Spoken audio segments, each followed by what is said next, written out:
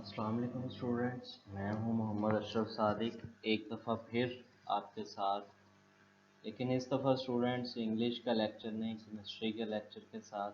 असल में मेरे 10th क्लास के कुछ स्टूडेंट्स हैं स्पेशल, तो उनकी फरमाइश पर आज ये वीडियो बना रहा हूँ।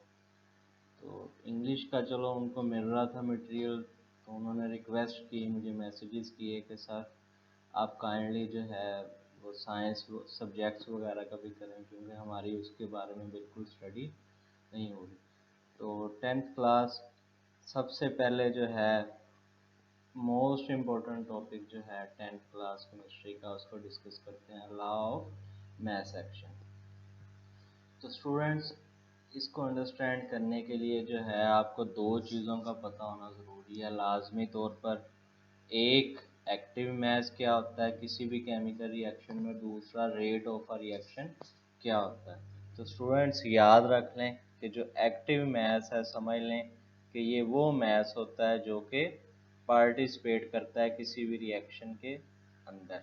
जैसे फॉर एग्जांपल नीचे मैंने रिएक्शन लिखा हुआ है जी, नाइट्रोजन और हाइड्रोजन। अब नाइट्रोजन और हाइड्रोजन का जब आप केमिकल रिएक्शन करवाएंगे, ये रिवर्सिबल रिएक्शन है, दोनों तरफ एरो मैंने शो किया हुआ है, तो अमोनिया बन जाता है। अब इसमें जो एक्टिव मास है, याद रख लें लाजमी तौर पर मेरी बात, कि नाइट्रोजन का जो एक्टिव मास है वो 1 मोल है, यानी कि नाइट्रोजन का 1 मोल हिस्सा ले रहा है। और हाइड्रोजन का जो एक्टिव मास है वो 3 है, यानी इसमें हाइड्रोजन के 3 मोल्स हिस्सा ले रहे हैं। तो एक्टिव मास आप कह सकते हैं the mass of a substance that participate in a chemical reaction, उसे हम एक्टिव मास कहते हैं। इसी तरह रेट ऑफ अ रिएक्शन क्या होता है कि यानी वो स्पीड जिस पर रिएक्शन जो है वो आगे बढ़ता है, यानी speed of a reaction is called rate of a reaction. अब लॉ ऑफ मास एक्शन को डिफाइन करेंगे, ये है क्या। तो ये दो हिस्सों पर मुश्तमिल है। पहले हिस्से में वो कहता है the rate at which a substance reacts is directly proportional to its active mass, यानी वो रफ्तार जिस पर कोई भी सब्सटेंस यानी कोई भी एलिमेंट रिएक्शन करता है, वो आगे बढ़ता है, वो डायरेक्टली प्रोपोर्शनल है किसके, एक्टिव मास के। यानी जितना एक्टिव मास ज़्यादा होगा उतना ही सब्सटेंस का जो रिएक्शन का रेट है वो भी ज़्यादा होगा। और दूसरा हिस्सा है, आप समझ लें कि इसमें ज़्यादा जो है एक्टिव मासेस की बात होगी। The rate of a chemical reaction is directly proportional to active masses of the products of the reacting substance. यानी कि आप देख सकते हैं इधर नाइट्रोजन और हाइड्रोजन मौजूद हैं। अब इसका 1 मोल और इसके 3 मोल्स हैं। तो जब सिंगल के लिहाज से बात की, वो पहले हिस्से में डेफिनेशन आ गई। अब समझ लें कि ये ज़्यादा जो है एक्टिव मैसेज हैं, तो इनके जो प्रोडक्ट्स बन गई वो अमोनिया की फॉर्म में बन गई। अब इसकी डेरिवेशन ज़रा हम करते हैं, क्योंकि पेपर में अक्सर क्वेश्चन स्टूडेंट्स आता है, याद रख लें जनरल रिएक्शन के लिए, तो इसलिए मैं भी एक जनरल रिएक्शन कर रहा हूँ।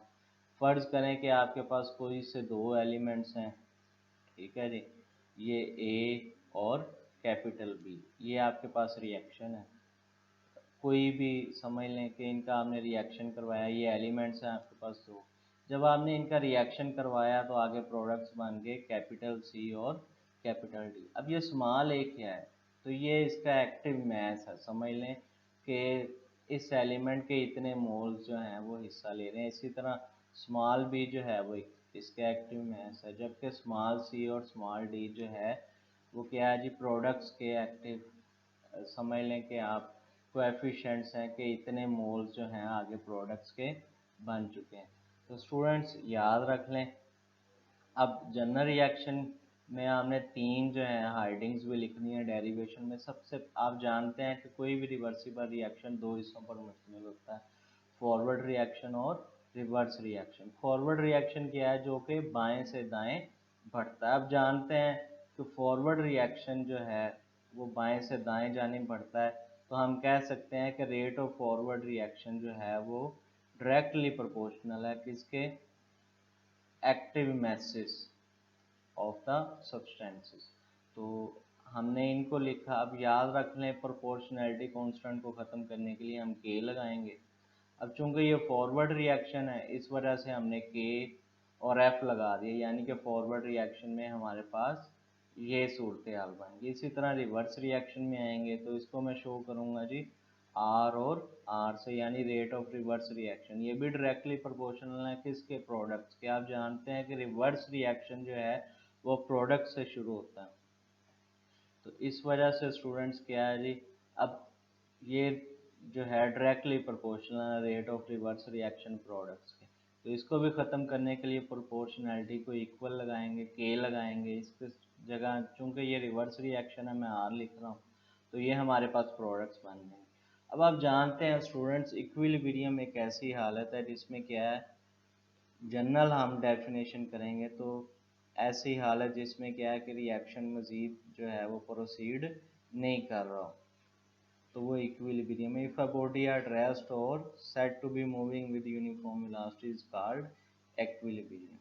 अब इक्विलिब्रियम दो तरह के होते हैं, स्टैटिक इक्विलिब्रियम और डायनामिक इक्विलिब्रियम। स्टैटिक इक्विलिब्रियम में रिएक्शन बिल्कुल प्रोसीड ही नहीं कर रहा होता, नेट फोर्सेस जो हैं वो ज़ीरो होती हैं। जैसे एक बिल्डिंग की मिसाल आप ले सकते हैं कि अब आप कहेंगे कि नहीं सर ग्रेविटी है तो उस पर इफ़ेक्ट तो होता है, लेकिन स्टूडेंट्स याद रख लें, फॉर एग्जांपल अगर आपकी बिल्डिंग है तो उसको चारों तरफ से फोर्सेस लग रही हैं, जितनी फोर्सेस उसको राइट साइड से लग रही हैं उतनी लेफ़्ट साइड से, जितनी जो है ऊपर से फोर्स लग रही है उसको समझ लें इतनी नीचे से, इस तरह नेट फोर्सेस ज़ीरो हो जाती हैं, वो स्टैटिक इक्विलिब्रियम। जबकि डायनामिक इक्विलिब्रियम क्या है कि आप कह लें कि जब रिवर्सिबल रिएक्शन जो है, रेट ऑफ कम्बिनेशन, यानी जब रिएक्शन स्टार्ट में जो है समझ लें कि डिकम्पोज होना शुरू करता है, तो रेट ऑफ डिकम्पोजिशन और रेट ऑफ कम्बिनेशन जब बराबर हो जाते हैं तो हम इसे डायनामिक इक्विलिब्रियम कहते हैं।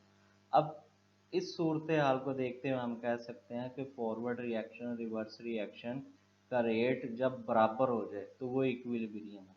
तो हम लिख सकते हैं जी कि हमारे पास फॉरवर्ड रिएक्शन की वैल्यू आई थी कि K f equal to a plus b, general reaction की बात कर रहे हैं। इसी तरह रिवर्स रिएक्शन में अब हम इनकी जगह जो है के एफ और के आर लिख सकते हैं। आप जानते हैं कि ये इसी के इक्वल है, इनकी वैल्यूज़ जो है हम पुट करेंगे तो हमारे पास जो इक्वेशन बन जाएगी ये इक्वल आ जाएगा जी के सी के, जो कि इक्विलिब्रियम कांस्टेंट है।